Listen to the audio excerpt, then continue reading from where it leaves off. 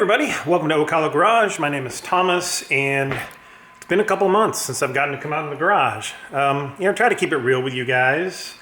I'm a dude with a regular job and a regular family, and life gets in the way sometimes, you know. These projects, I know a lot of people start these projects, well, some people start them and never finish. And that's just reality, man. I'm getting there, so we're gonna finish this one. I'm actually hoping to get it on the road this spring.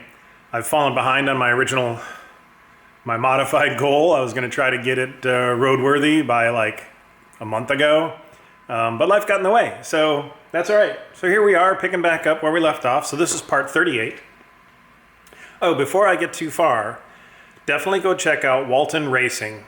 I'll try to remember to link below. They're a brand new YouTube channel. It's a group of guys. I think it's a group of guys, just like 3 dudes. And they're building a coupe. They just started a couple weeks ago, and they're doing some really good videos, really good content. Much better than my content, but hey, I'm just doing what I'm doing. I'm just a dude, right? So let me take you through the couple of things I've done, which I don't think is much since my last video. Basically, I think 4 bolts, but I'll show you what I've done and what I've learned. So hang on. So part of installing the body is to align it correctly. So it needs to be forward the right amount. It needs to be left and right, centered. It needs to be up a certain height. So that's what this situation is right here. You take and you measure up 7 inches from this corner, and I just put a little mark with a Sharpie here. And then same thing, 7 inches up from the corner. And then you take this across and you find the center. So I've got like 3 marks because I've taken this off and on 3 times, but you find the center and you want to get it to measure up about 10¼ inches from the frame here. And then what I realized though is even if you're 10¼ inches in the middle, you might be 10 inches here and 10½ there. So I've made sure that it's 10¼ here and there. And it was made a lot easier for me because I installed these little side panels here, and the body actually rested on those side panels, and I could kind of nudge them in or out a little bit to adjust this up or down. Then once you get it to the 10¼ and you make sure you're centered left and right and you're forward the right amount, then you can connect in these little mount panels back here. One thing I want to point out is I had originally had these bolts in from this side and the nuts on the other side. Well, that makes it very difficult to get to those, to adjust these little things and tighten them down. So you have to go in through the wheel well, which I had to take the wheels off. Then you come in through the wheel well, and you can see I have the kind of the button head on this side. So I've gone ahead, centered it up, measured it out, and mounted these, oh that hurt, mounted the body to those frame mounts. Now I'm going to go back and double check. I feel like there should be a washer here to minimize stress on the fiberglass. So I'm going to go back and double check that. The book, it just says, the book is great, but if you look in here, it says, hey, center everything up, measure all your stuff out, drill a hole, then it shows you from the inside, washer and a lock nut, and it says, 1 button head screw, washers, lock nuts, blah, blah, blah. Doesn't really say which side the washers should be on. I'm thinking I need them on both sides, inside and outside. But you go to the next page and it's like, well, then we go that mount here. So I'm going to do a little bit of research, but I would feel better with a washer on the outside here as well.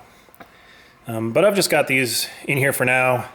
It's one of those where, you're going to cut your hand reaching in, because this sheet metal, it's sharp, and I've knocked my hand into it a couple times.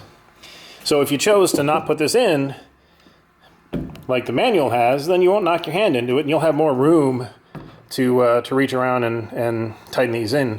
But then it's going to be more difficult to get the body in place. So kind of everything with these builds seems to be there's no really one good right answer on which what way is better. You know, I liked putting the body on with these metal pieces in, the side pieces in. You